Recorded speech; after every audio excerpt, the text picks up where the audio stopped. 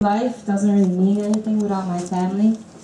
And so really, like, I do things for my family when I'm down. I think about them, and that kind of picks me back up.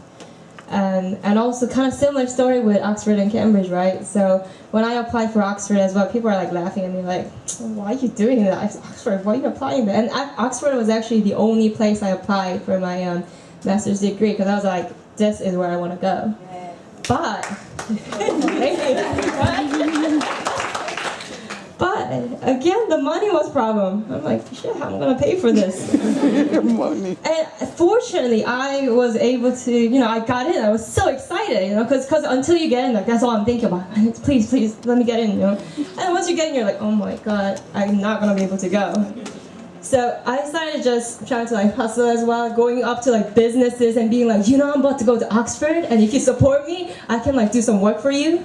I went to like Rotary clubs and telling them like, what about we do this deal and you give me some scholarship and I'll help you do some of this stuff on the side, or when I come back I can work for you briefly, blah blah blah. And I was so stressed out because it was nearing like the decision time for me to tell them that I'm gonna go, but I had no money yet. So one day after doing all this, I was so exhausted. I had such a bad stomachache from like so much stress and like anxiety. And then I get a letter from Oxford saying they're gonna give me a full scholarship. But the thing is, thank you, I don't think I would have gotten it if I didn't try though. And I think I just feel so grateful that because I have put in so much effort, because setback after setback, people rejecting me, rejection after rejection, but I didn't stop that, I kept going.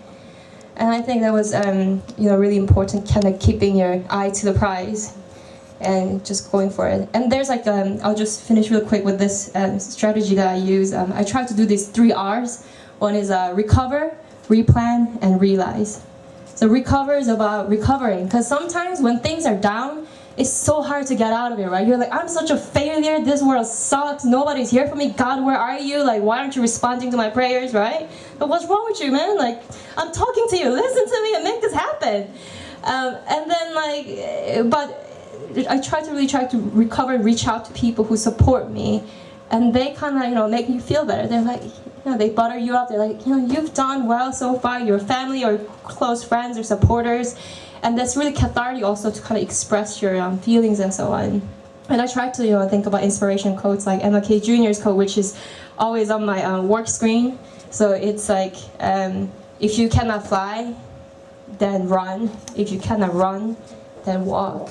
If you cannot walk, then crawl. But no matter what you do, you gotta keep moving. And that's what I gotta look at every day when I feel like I'm so down. And then the next thing is replan. So you gotta re-strategize. Okay, these obstacles came about. Okay, what am I gonna do? But then just kind of try to, after you recover and feel better, be like, okay, this is where I want to go. Reflect on it, and then these are the obstacles. And look at my resources. How can I get there with my resources and what I got? And then the last one is realize. Realize your goals. Realize your plan. Execute it and deliver it. So yeah, this was really useful for me, and especially about 2 months ago or so, I was going in a really deep down, like kind of like depression-ish, because everything, sometimes when bad things happen, they all happen at the same time, right? It's like, why? Come on. So like I learned that my dad was really ill through my cousin who messaged me on Facebook, and she's like, why are you not coming home? He's sick. I'm like, what are you talking about? He's got cancer. I'm like, what? I didn't know this. Why is nobody telling me this? And then like the real reality of like, money and how are we gonna do this? And then I learned that my brother was in a lawsuit. I was like, what? And this is gonna cost us a lot of money. And then I learned that a friend, a mentor that I respected, she committed suicide. So she's an incredible woman. She went to law school, top notch and all that, and she just investigated work on corruption in Africa. And those companies were just bombarding her with lawsuits after lawsuits, and she just got drowned in all these lawsuits and met some bad boyfriends, and then she just couldn't handle it anymore. And all of that happened in like 2 weeks. And I was like, this sucks. And honestly, it took me a full month to recover.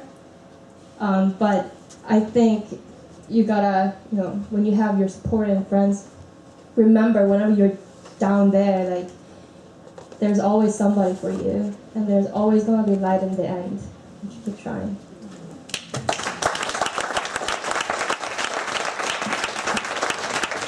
So now we're just going to go for a quick 10 minutes break. And yeah, so make sure you use our Snapchat and filter. Make sure you talk to somebody new again.